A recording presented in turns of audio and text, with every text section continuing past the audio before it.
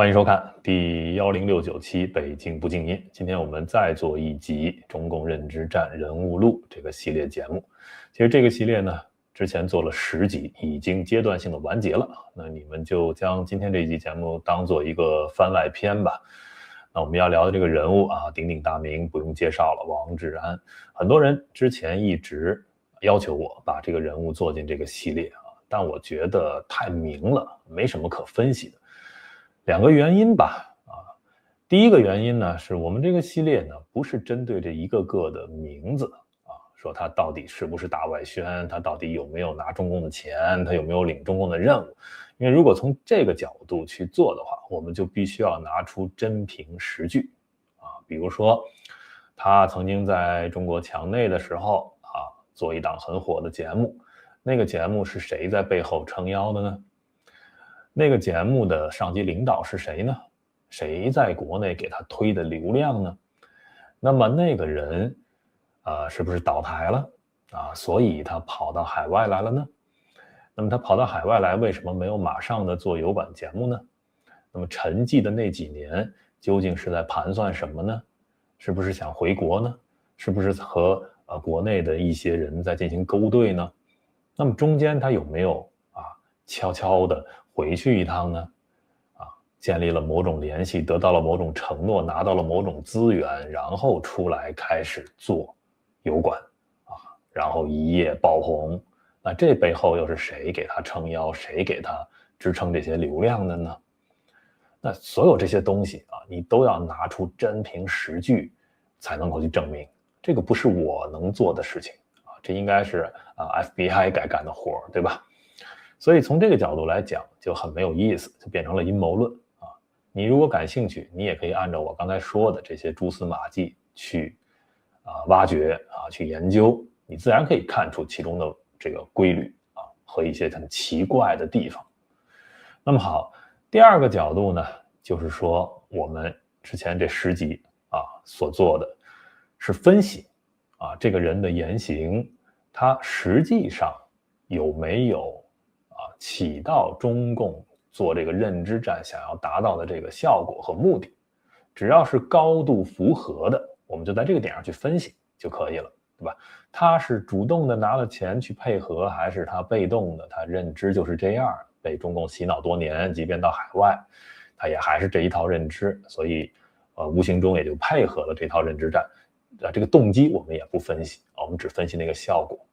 那从这个角度来说呢，其实也没必要做王志安，因为如果你在我前10集分析那不同的人物，你都很认真听了，那些类型那些模式你拿过来一套，你也就明白是怎么回事儿，对吧？无论是这个小骂大帮忙还是一些更深的一些角度在配合这个中共认知战，你都能明白。那好，为什么今天又要做这一期节目？因为今天这一期节目呢，其实并不是针对王志安做的，而是他最近的一个言论以及引发的一个效果，使我们看到了其中一个很大的风险。因为我们知道他在海外中文世界是顶流，那么有很多人呢去贴他依附于他。我们经常说的这个有一个矩阵但其实这个矩阵呢，并不是说他一手去网罗起来的去吹捧他，去帮助他，去一块造势，不是这么简单。这只是一小部分就是他靠他自己的力量有他的曾经的员工有他曾经培植的水军这一小部分是矩阵的一小部分。但是很多人是慕名而去的是慕强而去的，是奔着那个流量我只要夸他，我只要去吹捧他也许被他点名那我就能够贴着也有流量。这个曾经我们分析过的你批评王志安没有什么流量，因为你还会被他的这个海量的粉丝和水军所淹没，惹一身骚。那么你夸他，你反而能够趁势沾上他那个流量，很多人是这样去的。所以今天这个节目其实更多的是做给这些人听的，因为你们后面你们危险了，你们危险了我建议你今天认真的听我这期节目到最后，也许能够救你一命。那首先最近他说了什么呢？他发了一个著名的推文啊，我昨天在本频道的社群里都给大家分析过了啊，那我就不在这里贴了啊。大概那个推文的意思就是说这个共产党也没那么可怕啊，得罪共产党好像也没什么，他们还是有底线的等等，说了一堆这样的话。那么好，这个话呢，胡锡进也看到了于是呢，胡锡进发了一条长文来评述王志安的这一条推文。王志安呢还得意洋洋把它挂出来，我们看一下啊。你看，他说我挂了很多次胡锡进终于被胡锡进挂到了好，我们现在直接进到胡锡进这条推文，我们从这儿来给大家分析大家看胡锡进上来说跑到日本去的王菊最近很生气，大骂当地反共组织。他周四的一个发帖有点像艾未未，给人大调转的印象。当然了，王菊是很复杂的人，一个发帖未必就有代表性。胡锡进这开头说的是什么意思其实这是一个中共认知战大家经常有的一个误区，就是觉得这是中共下的一盘棋有一个总指挥，然后下面有不同的部门，然后去发展不同的下线，然后搞出了这么一个所谓的中共认知战。但其实不是，它很复杂，即便都是帮这个党国去宣传的，它所对口的人和部门也不一样，互相之间也不一定知道。所以胡锡进对于王志安的情况有多了解，未必很了解他有的时候也要靠去揣测，去雕那个盘。那在这个里面，他话说的其实很清楚了他感觉到了王志安目前的处境以及他现在一些表态非常像艾未未的那种180度的大转弯。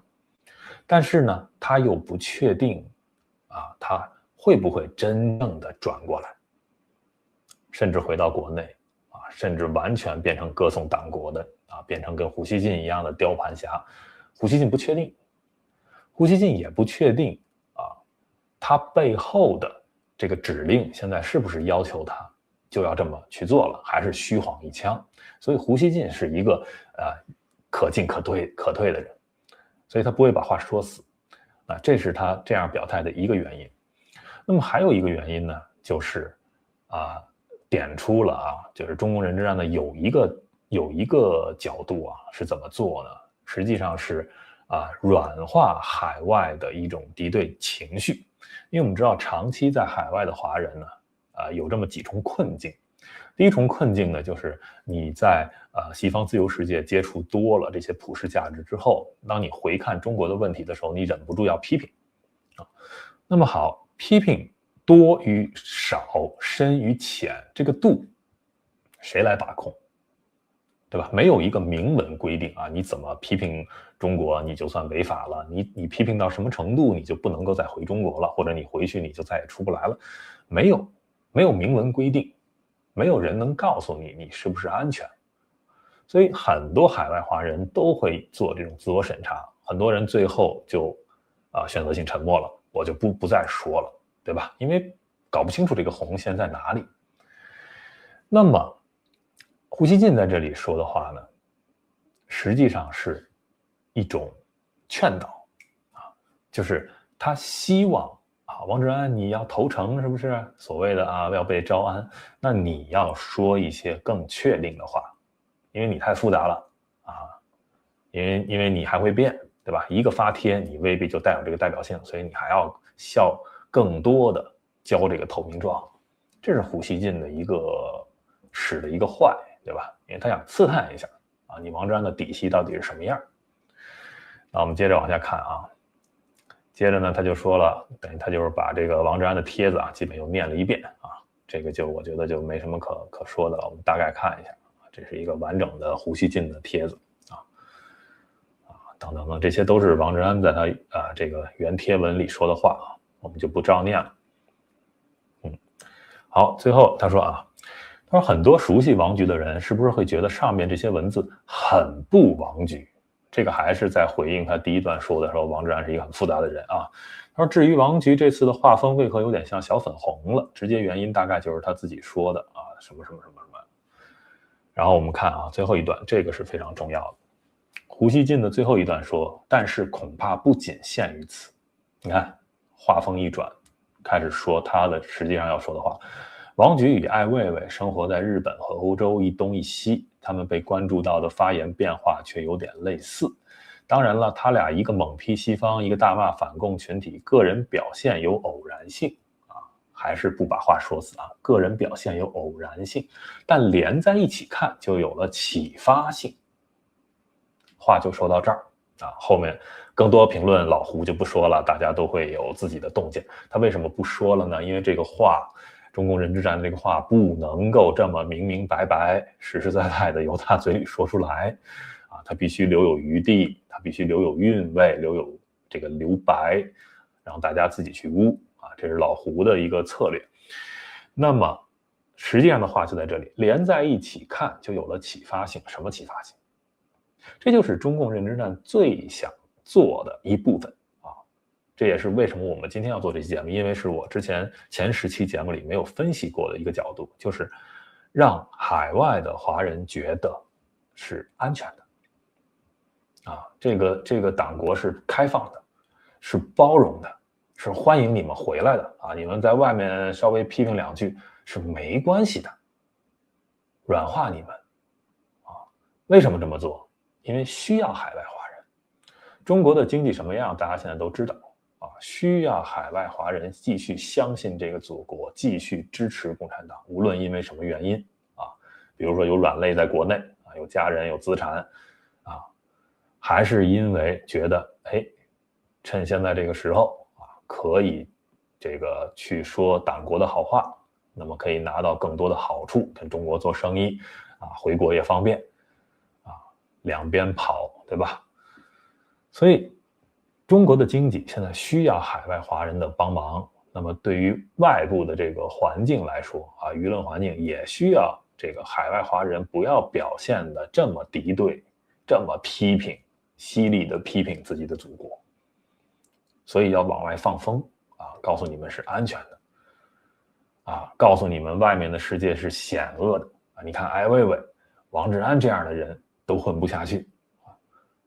艾未未现在回来了，那如果王志安也能回来，那就是一个更好的示范作用。但是胡锡进的问题就是他不清楚王志安的底细，胡锡进又不是王志安的领导，他不知道王志安会不会回来，所以他不能把话说死，他也在试探。这就是我们说的，在中共认知战里的这个各路兵马呀，很复杂啊，有的时候互相见了都不认识。那我们再给大家看一条，这个就更能明白的说清楚啊。我们今天想给大家讲，这个人叫东京温哥啊，他自己发推文说来中国大使馆吃个饭啊，接着转发了一条他自己的推文，就是上面这一条啊，这条他现在自己已经给删了。他说呢，他说今天来大使馆啊，内蒙古总商会招待宴啊，等等等等等等。他说借着酒劲儿，我问了使馆领导一堆问题。比如啊，我问了王某局能不能回中国，会不会一进海关就被抓？结果使馆领导说啥事儿都没有，中国现在足够自信，根本不在意你们在海外怎么骂，只要你不违反中国的法律，只是嘴欠，没人在意你。他这一段文字有多么的坏啊！首先呢，这是他一家之言，没有任何能够去核实证实他有没有说谎啊，没法做。那么其次呢，他在里面说的全是模棱两可、模糊定义的废话。比如说说只要你不违反中国的法律，你中国的法律能够按照法律来执行吗？你中国的法律前后不颠倒、不互相矛盾吗？哪一条算违反法律，哪一条不算违反法律？谁说了算呢？只是嘴欠，还画了一个感叹号，那不是这个引号啊。什么叫嘴欠？嘴欠的标准是什么？什么叫嘴欠？什么是突破了嘴欠变成了违反法律？这又是谁说了算呢？其实我们知道，你回中国安不安全这个事情，其实不由法律说了算，因为法律是没有写清楚的，对吧？我们知道你去一个政府当他失职的时候，任何国民都有权利去批评这个政府，甚至想要颠覆这个政府，这是人的基本权利，因为人的基本权利是那些生命啊、个人财产安全这些大家都知道，对吧？我们为了维护人的基本权利，我们才在人群中组建起政府，由政府来保障我们的这些权利。所以当政府不能保障我们的这些生而为人的基本权利的时候，我们当然有权利去推翻它。但是这些在中国就是一个叫煽颠罪，对吧？煽动颠覆政府罪。所以你说在中国你回去安不安全这个事情是法律说了算吗？因为法律本身就站不住脚啊，中国的。所以你回中国安不安全这个事儿谁说了算呢？是这个使领馆的跟这个东京温哥保证的这个领导说了算吗？这领导说王志安回去没问题，王志安就敢回去了吗？没有任何一个人说了算，甚至习近平说了都不算。因为有一天不是习近平当政了，他说的话就跟放屁一样，没有人听。所以这个线是完全模糊的啊。那当然了，你退回到说王志安这个人他跟东京温哥是什么关系我不知道啊。这是东京温哥在给他刨一个坑呢，还是东京温哥在当他的嘴替啊，替他造一个这个舆论的势呢？我们都不知道啊，不去在这儿分析没有意义，因为我们拿不到这个背后的真凭实据。我们想分析的是说，王志安会不会回中国？其实我也不在意，对吧？他回去了，可以实现刚才我说的中共认知战的对于海外去教化的这个功能啊。他不回去，他也依然可以在海外去搅浑水，就是符合他过去的那些功能。因为我们看到一个人啊，因为我讲过，其实我们所有的人都在中共认知战之中啊。你即便你反对中共的这些看法做法，但是你也有意无意的在传播一些观念，在传播一些言行，其实你也在对中共认知战产生作用。有的时候作用是积极的，有的时候是消极的。而且不得不说，每个人其实在其中都是一个棋子。我也是，你也是，王志安也是，这个东京温哥也是。一个棋子啊，是随时可以被抛弃掉。当然了，在抛弃之前啊，一个棋子它的这个作用也是可以变化的啊。我们比如说这个中国象棋啊，这个兵走到最后一排，它就可以变，对不对？国际象棋啊也是这个规则啊，这个兵走到最后一排，它就可以变啊，变成马啊，变成后啊，变成任何的东西。所以一个棋子的功能是可以变的，它原来的任务可能是小骂大帮忙。他现在可能这个任务还在执行，但他可以有另外的任务，对吧？就是软化、同化、安抚海外的这些大部分华人基本盘的一个心理告诉你们回国没事儿你即便这个批评了中国政府也没事儿只要你没违反法律中国现在足够自信。但这样有一个什么坏处呢？就是有一些人他真的相信，他就回去了。那是不是一定回去就会有事儿呢？也不一定。但是如果他对你有一些图谋的话，那你不就等于自投罗网了吗？对吧？你不知道他手里的名单，以及这个名单在现阶段他要搞哪几个人，你不知道的。他的红线永远在变，很多东西都是领导的看法，所以这是很危险的。那好，我们就要说到另一个事情了给大家看这张图这是这个我们经常讲的王志安这个矩阵里的一个人物写的一篇文章其实就是这两天很火分析2026年的中国经济形势，其实里面的这些观点都是错的那么今天的那个李厚辰写了一篇回击的文章，也是推荐给大家去看去看那个文章。这个人呢叫小陆师傅这是个什么人呢？这是一个张维为的粉丝就是怎么说呢，就是水平很低然后呢，但是我们可以看到当他这篇文章出来这个矩阵一齐的联动北美王路飞、上官乱、王志安、夏河、艾森等等等等，这一堆人一起推荐，这就是一个完全的这个联动的效应啊。之前还有这个王志安还自己发文章说啊，我没有盟友，我不知道他怎么定义盟友啊。不管有没有盟友，这个矩阵是实际存在的。但是还是如我最开始说的，这些里面是不是所有人都是替中共卖命的？不是。是不是所有人都被中共收买了，真的每个月发钱了呢？不是。是所有人都在王志安那儿领工资了吗？不是。很多人就是觉得这是一棵大树，有流量，去往他身上去贴啊，觉得他不是那么的反共，也给自己在留后路。那么于是当他说回去都没事儿啊，共产党还是有底线的，那就会影响这一些人。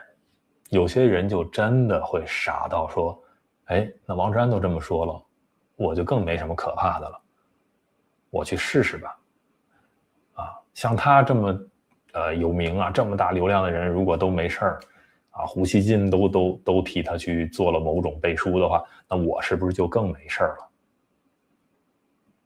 所以我想说的是每个人都是一个棋子，你在这盘棋里走到哪里了，你和王志安是不一样的。他有他的功能，你有你的功能。他有他会被抛弃掉的那个时机，可能还没到，但你和他是不一样的。所以我觉得可能怎么说呢，这期节目其实是想给大家做一个预警就是分析中共认知战呢，我们做这个番外篇是额外提供这么一个视角，这也是中共想要达到的一个效果。那另外呢，我们可以看到近期的一个趋势，会有越来越多的这个海外华人他会选这么一条路选这么一个角度好像是特别安全好像可以自由的进出中国在海外发言的时候也尽量的去贴合王志安这一条路线的一个模板去往上面去靠，觉得是不是这样就成功上岸了呢？但你要记住你一定要永远记住，中共是没有底线的。王志安这句话说错了，中共没有底线，那个底线即便是一个多么大的领导向你保证回来吧，没事儿，既往不咎你也不要信，因为他也有他的领导。中国的每一层官员说的话都是放屁，不可信，随时在变，因为他不把人当人，不把法律当人也不把法律当法律刚才说错了。就这一切在他们眼里都没有意义，这些规则呀，这些尺度都没有意义。他们只是在一个点上去做最符合他们利益的事情。那么如果在那个点上需要牺牲你，或者牺牲某一条法律，他们不会犹豫的。而牺牲你的时候，那个时候你喊说我有多么多功劳苦劳我之前我有什么言论我为你们效忠我做了什么事儿，一概没有用，一概不作数。所以其实包括王志安在内，他也会掂量他也会掂量他背后的靠山能不能真的保住他呢？即便后面调整这个任务，说你回来吧，做另外一个事情，他是不是真的敢回去？或者说他有没有能力，有没有自由拒绝这个任务？这个我们都可以观察。那么为了就是有的人真的相信他被他这一套苦情戏所感动了，被他这一个人设所蒙蔽了，有这样的人。也有人纯粹是功利性质的接近他。那这些人我们经常讲就是说你常在河边走，怎会不湿鞋呢？你不要那么的自信觉得你的定力特别的好，不会被任何人骗你是一个非常精致利己主义的一个聪明的人，我只是王詹的流量而已，我去夸他，我跟他互动，我能保护好自己，真的吗？保不齐啊，你长期被他去洗脑啊，你长期被他这个光环和他围绕在他周边的这个舆论这个氛围啊所感染，有一天你就被装进去了，你自己都不知道，你傻乎乎的你就回去了，傻乎乎的你就掉入了这个中共认知战的陷阱里了，那你可就再也出不来了。好，今天就聊这么多，感谢收看、订阅、分享。